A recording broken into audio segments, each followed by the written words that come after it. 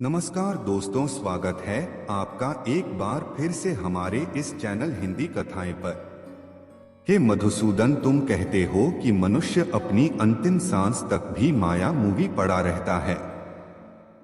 तुलसी कारण जन्म के चक्कर में फंस जाता है, परंतु तूने इस माया में सृष्टि की रचना करके और दूसरी ओर मनुष्य को चंचल मन प्रदान करके दोनों को एक दूसरे में उलझा दिया है। पग पग पर मनुष्य के बैठने के लिए अनगिनत आकर्षण पैदा की। मनुष्य के जाल में उलझा रहता है और क्षमा करना जाल बिछाकर किसी शिकारी आप कहेंगे की भांति जाल में फंसे मनुष्य के हाथ पैर मार दी। उसकी छाप का तमाशा देखती रहती हूँ। नहीं, मैं तमाशा नहीं देता, बल्कि अपनी माँ या की लीला देखता हूँ। फिर भी केवल निहारते रहते हो ना, सहायता तो नहीं करते। प्राणी इधर उधर भटक रहा है, रास्ता भूल पड़ा है। तुम्हारे मन में विचार मनुष्य की सहायता करने का विचार तभी नहीं आता कि आगे बढ़कर उसका हाथ थाम लो, उससे सच्चा रास्ता दिखा बिल्कुल आता है। और मैं मनुष्य की सहायता भी करता हूं, परंतु कब कब करती हूं तुम उसकी सहायता। मैं तो देख रहा हूं कि तुमने कम का विधान बना दिया, जन्म मरण तक चक्र चला दिया और इस चक्रव्यूह में मनुष्य को फंसा दिया। यह तो कोई बात नहीं है, यह तो कोई सहायता नहीं हुई। मैं सहायता अवश्य करता हूं। अपने भक्त को मैं कभी बेसहारा नहीं छोड़ता, परंतु मनुष्य में भी और देखें सहायता के लिए मेरी ओर बढ़े तो मैं उसकी सहायता करना, परंतु मेरी ओर बढ़ने के बजाय अपने अहंकार में डूबा रहता है, अपने बाहुबल के घमंड में पड़ा रहता है, होटल में पड़ा रहता है कि संसार में उससे बढ़कर कोई नहीं है। वह तो केवल अपनी बुद्धि और अपने बल पर ही भरोसा करता है। अपने बाहुबल पर उसे अपने परमात्मा से भी अधिक विश्वास होता है। अपनी रास्ते से भटके हुए मनुष्य की सहायता के लिए आखिर तुमसे क्या चाहते हैं? क्या तुम्हें सोने चांदी के चढ़ाने चाहिए? क्या तुम अपने भक्तों से स्वादिष्ट और पंच पकवान चाहते हो? मैं मनुष्य से श्रद्धा के अतिरिक्त कुछ नहीं चाहता, कुछ नहीं मानता हूं। मेरे प्रति बड़े बड़े चढ़ावा न चढ़ाएं, सोना चांदी भी जनधन पकवान के चढ़ावे मुझे नहीं चाहिए।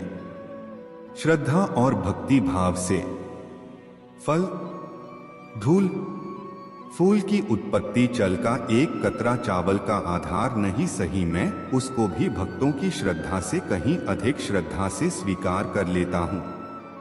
पत्र हम उसका हल हम तो हम जो में गौहत्या प्लेट छठी, तब अहम भक्ति को प्रियतम नामी प्रेतात्मा बना। अरे इतना भी न हो सके तो श्रद्धा भक्ति का एक आंसू ही सही, मैं उनसे भी कबूल कर लेता हूं। श्रद्धा में तू बेहोश, एक आंसू में मेरा सारा अस्तित्व सलाखों और हो जाता है। भक्ति अथवा पश्चाताप का ये आंसू चाहे लाख पाप करने के बाद अंतिम क्षण में क्यों न बहाया गया हो, अनुपम खेर को भी स्वीकार कर लेता हूं और मनुष्य के सारे पापों को उस आंसू से धोकर उसे नवजात शिशु की तरह निष्पाप कर देता हूं। उसका कल्याण करता हूं, उसे मुक्ति देता हूं।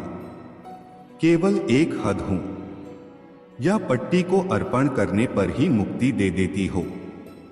कारण भी कम 5 बुद्ध धम्म विधान से बिरजू ही रह जाते हैं।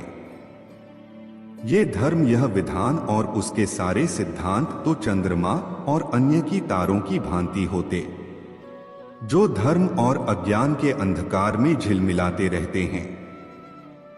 परंतु जब भक्ति का शोर उत्पन्न होता है तो ये सब के सब छुप जाते हैं। अर्थात भक्ति का स्थान इतना ऊंचा है कि धर्म भी उसके सामने तुच्छ हो जाता है। हां, परंतु आसक्ति से रहित थी। जिसके लिए किसी बंदे प्रवचन, किसी पूजा सामग्री की कोई आवश्यकता नहीं था। केवल एक शर्त है, चाहे मधुसूदन तुम था, और पूर्ण भक्ति से अपने आप को, अपने सारे गम को मेरे प्रति समर्पित कर दो। बस मैं अपने ऐसे भक्त गुच्छा कुछ बुलाकर उसे मुक्ति दे देता हूं। अर्जुन, भक्ति का स्थान इतना ऊंचा है, अपने सच्चे भक्तों की मैं स्वयं भक्ति करता हूं। ये क्या कह रहे मधुसूदन? परमात्मा होकर तुम किसी भक्त की भक्ति कैसे कर सकते हो? यदि परमात्मा भी भक्त हो गया, दोनों ने क्या जाएगा? यही अंतर तो मिटाना चाहता हूं मैं। भक्ति भक्त और भगवान के बीच कौन सीमा रेखा नहीं की थी। भक्ति तो भगवान और भक्त के बीच एक पवित्र रिश्ता है।